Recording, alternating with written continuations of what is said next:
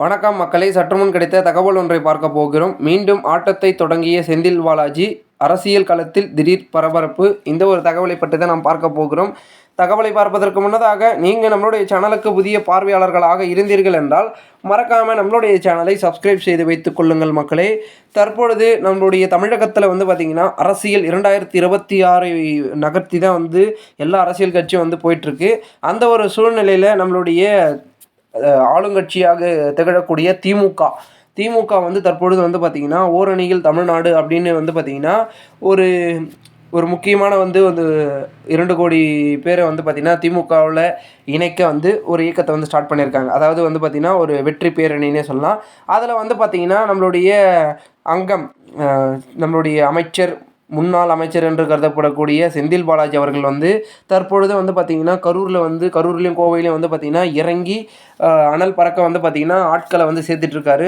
மிகவும் பார்த்திங்கன்னா வேகமாக பார்த்திங்கன்னா 100 பேர் 50 பேருன்னு பார்த்திங்கன்னா ஒரு நாளைக்கு பார்த்திங்கன்னா திமுகவில் இணைச்சிட்டே இருக்கார்.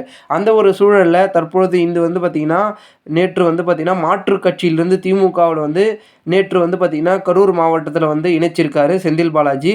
அதில் பார்த்திங்கன்னா பாஜக முன்னாள் கரூர் தெற்கு மாநகர் தலைவர் பார்த்திங்கன்னா அவரும், அதிமுக கரூர் தெற்கு மாநகர் ஐடி விங் துணை செயலாளரும் உட்பட பார்த்திங்கன்னா பலரும் செந்தில் பாலாஜி முன்னிலையில் பார்த்திங்கன்னா திமுகவில் இணைஞ்சிருக்காங்க.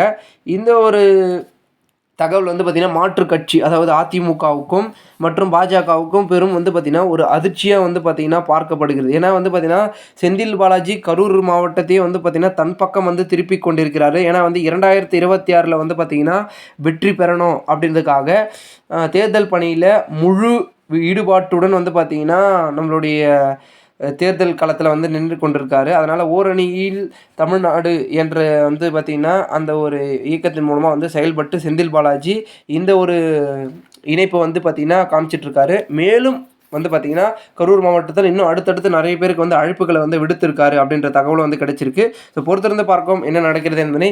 மேலும் இந்த ஒரு தகவலை குறித்த பொதுமக்கள் உங்களுடைய கருத்துக்களை கூறுங்கள். இது போன்று நீங்கள் அரசியல் சார்ந்த நிகழ்வுகளாம் தினசரி தெரிந்து கொள்ள நம்மளுடைய சேனலை சப்ஸ்கிரைப் செய்து வைத்துக் கொள்ளுங்கள். நன்றி, வணக்கம்.